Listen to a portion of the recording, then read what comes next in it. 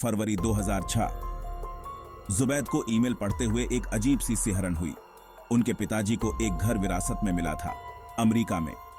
यह खबर सुनकर खुशी और डर दोनों थे। उन्हें 1 महीने में अमेरिका जाना था। ब्लैकवुड मैनर डरावने उपन्यासों की जगह जैसा 1 साल एक अनजान देश में रहना था। फ्लाइट लंबी थी और जेट लैग उससे भी बदतर।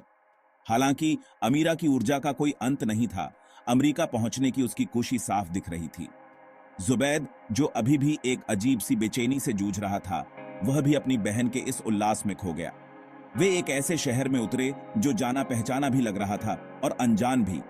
ऊंची ऊंची इमारतें आसमान को छू रही थीं, जो उनके शहर के फैले हुए बाजारों और चहल पहल वाली गलियों से बिल्कुल अलग था।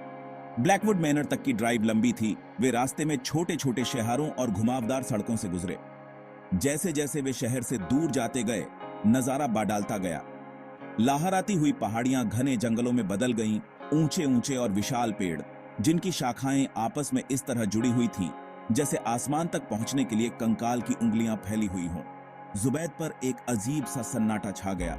उसे ऐसा लग रहा था जैसे कोई उन्हें चुपके से देख रहा है, उनकी हरकत पर नजर रखे हुए है। ब्लैकवुड मैनर उनके सामने आ गया, जो शाम के धुंधलके में एक भव्य परछाई की तरह दिखाई दे रहा था। पुराना विक्टोरियन हवेली तस्वीरों से कहीं ज्यादा बड़ा और ज्यादा जीर्ण शीर्ण था। इसका कभी चमकदार रंग फीका पड़ चुका था और दीवारों से रंग ऐसे उतर रहा था जैसे घाव से पपड़ी निकल रही हो। फैला हुआ आंगन घास फूस से भर गया था। कभी कटे छांटे झाड़ियां अब जंगली और बेलगाम हो चुकी थीं। जैसे ही वे गाड़ी से उतरे, एक ठंडी हवा का झोंका उनके चारों ओर घूम गया, जिसमें गीली मिट्टी और किसी और चीज की मंद गंध थी, जिससे जुबैद का जी मिचलाने लगा। घर के अंदर की हवा बासी थी, जिसमें धूल और सड़न की बदल भरी हुई थी। हर कोने में मकड़ी के जाले लगे हुए थे और रोशनी केवल गंदी खिड़कियों से झांकती चांद की हल्की सी रोशनी से आ रही थी।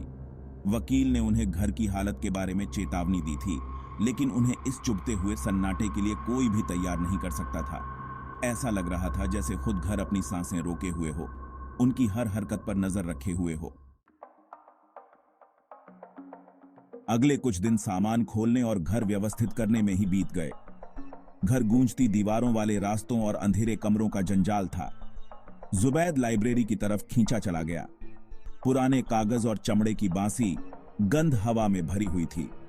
लाइब्रेरी में ही उसे पुराना कैसेट प्लेयर मिला। एक शाम जुबैद को लाइब्रेरी के एक भूले हुए कोने में रखे पुराने कैसेट के एक डिब्बे का पता चला। उत्सुकतावश उसने एक कैसेट पर से धूल झाड़ी। समय के साथ उसका लेबल फीका पड़ गया था। ब्लैकवुड फैमिली 1956 की गर्मी इस पर लिखा था। उसने कैसेट को पुराने प्लेयर में डाला। स्पीकरों से एक भयानक आवाज आई, जिसके बाद संगीत की हल्की सी धुन सुनाई दी। एक महिला की आवाज तेज और खुश कमरे में गूंज उठी। फिर आवाज बदली। एक पुरुष की आवाज गहरी और गूंजती हुई, ब्लैकवुड मैनर के बारे में, एक ऐसी श्रद्धा के साथ जिससे जुबैद की रीढ़ की हड्डी में सिहरन दौड़ गई। अतीत की आवाजों को सुनकर अमीरा लाइब्रेरी में आ गई। उसकी आंखें उत्सुकता से चौड़ी हो गई थीं। जुबैद ने उसे कैसेट के बारे में बताया, 1956 वाले परिवार के बारे में, उस अजीब एहसास के बारे में जो उसे ब्लैकवुड मैनर आने के बाद से हो रहा था। अमीरा, जो कभी डांटती नहीं थी, तुरंत ही इसमें रम गई। उसने जिद की कि वे बाकी की टेप भी सुने। उसे यकीन था कि इसमें घर के रहस्यों के सुराग छिपे हैं। जैसे ही सूरज डूबा, लाइब्रेरी में लंबी परछाइयां पड़ने लगीं। वे एक साथ चिपक गए, अतीत की आवाजों को ध्यान से सुनते रहे। टेप पर आवाजें 1956 में ब्लैकवुड मैनर में जिंदगी की तस्वीर पेश कर रही थीं। खुशी और हंसी के पल थे, रोजमर्रा की जिंदगी की ऐसी बातें जिन्होंने जुबैद को थोड़ा सुकून दिया तो थोड़ी बेचैनी भी। लेकिन जैसे जैसे टेप खत्म होने लगा, लहजा बदलता गया। महिला की आवाज, जो कभी इतनी जिंदा दिल थी, अब डर से भर गई थी। वह अजीब आवाजों, ठंडे स्थानों और देखे जाने की भावना के बारे में बात कर रही थी। आदमी ने उसकी चिंताओं को खारिज कर दिया, उन्हें ज्यादा सोचने का नतीजा बताया। लेकिन उसकी आवाज में भी अब बेचैनी झलकने लगी थी। उस रात न तो जुबैद सो पाया और न ही अमीरा। कैसेट की आवाजें उनके दिमाग में गंजती रहीं। उनके शब्द उनके सपनों में घुस गए, उन्हें बुरे सपने में बदल दिया। जुबैद ने सपना देखा कि उसके कमरे के कोनों में परछाइयां छिपी हैं। उनकी आंखें एक अजीब सी रोशनी से चमक रही हैं।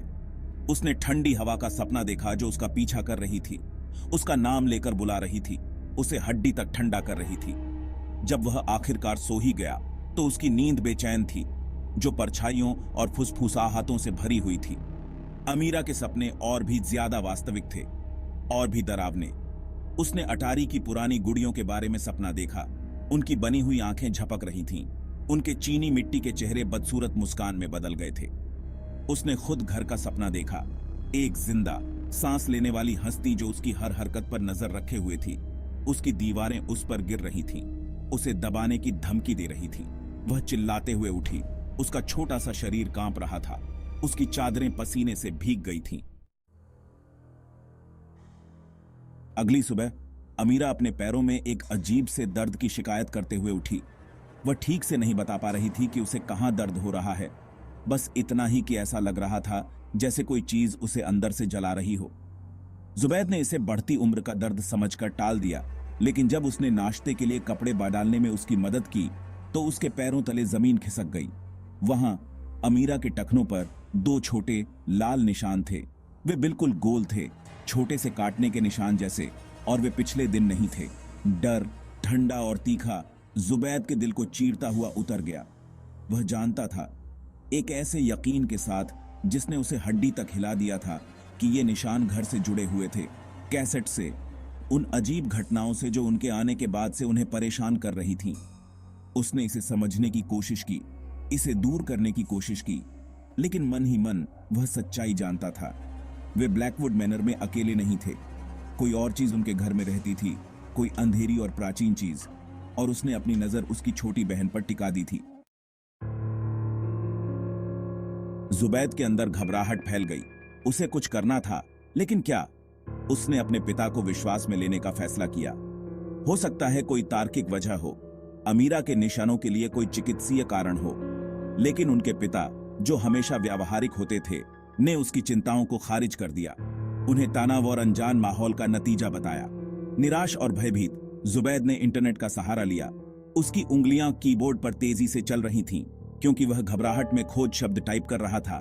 भूतिया घर, अलौकिक घटनाएं, ब्लैकवुड मैनर। उसे अपनी हैरानी के लिए उसे असाधारण गतिविधियों को समर्पित कई वेबसाइट और फोरम मिले, जो भूतिया घरों और अस्पष्टीकृत घटनाओं की कहानियों से भरे हुए थे।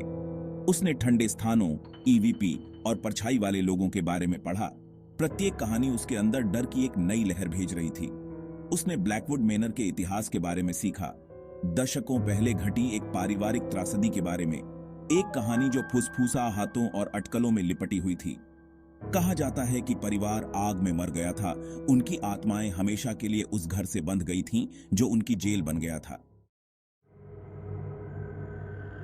दिन हफ्तों में बदल गए और अजीब घटनाएं बढ़ती गईं। रात के सन्नाटे में कदमों की आहट गंजती थी। बिना शरीर की फुसफुसाहटें उनका एक कमरे से दूसरे कमरे तक पीछा करती थीं, और चीजें अपने आप हिलती थीं, जैसे किसी अनदेखे हाथ द्वारा नियंत्रित हो रही हों। अमीरा के बुरे सपने बदतर हो गए। उसकी नींद कैसेट वाले परिवार के दृश्यों से भर गई। उनके चेहरे दर्द और खौफ से भरे हुए थे। उसके टखनों पर लगे निशान बने रहे, ब्लैकवुड मैनर की परछाइयों में छिपी अनदेखी मौजूदगी की एक लगातार याद दिलाते रहे। जुबैद ने अपनी बहन की रक्षा करने के लिए, घर को फिर से सुरक्षित महसूस कराने के लिए हर संभव कोशिश की जो वह सोच सकता था। उसने प्राचीन अनुष्ठानों के बारे में पढ़ा, रक्षा के लिए ताबीज लटकाए, और यहां तक कि आत्माओं से सीधे संपर्क करने की कोशिश की, उम्मीद करते हुए कि वह उनके साथ तर्क कर सकेगा, उनसे दया की भीख मांग सकेगा। लेकिन उसके प्रयास व्यर्थ थे।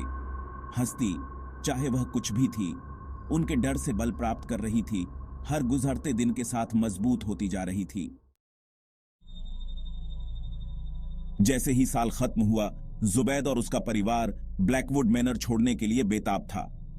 उन्होंने अपना सामान पैक कर लिया था। पिछले साल की भयावहता को पीछे छोड़ने के लिए तैयार थे, लेकिन जैसे ही वे दहलीज पर खड़े हुए, धूप में कदम रखने के लिए तैयार हुए, अमीरा चिल्लाई। उसके टखनों पर लगे निशान, जो फीके गुलाबी रंग के हो गए थे, वापस आ गए थे, पहले से कहीं ज्यादा गुस्से में, एक अप्राकृतिक गर्मी से जलते हुए। जुबैद ने महसूस किया कि निराशा की एक लहर उस पर छा गई है। वे फंस गए थे। ब्लैकवुड मेनर से एक ऐसी शक्ति द्वारा बंधे हुए थे जिसे वे समझ नहीं सकते थे, नियंत्रित नहीं कर सकते थे। जैसे ही उन्होंने घर का सामना करने के लिए मुड़कर देखा, परछाइयां गहरी होने लगीं, हवा अनदेखी आंखों के भार से भारी होती गई। वे नहीं जा रहे थे, अभी नहीं। घर के उनके लिए और इरादे थे।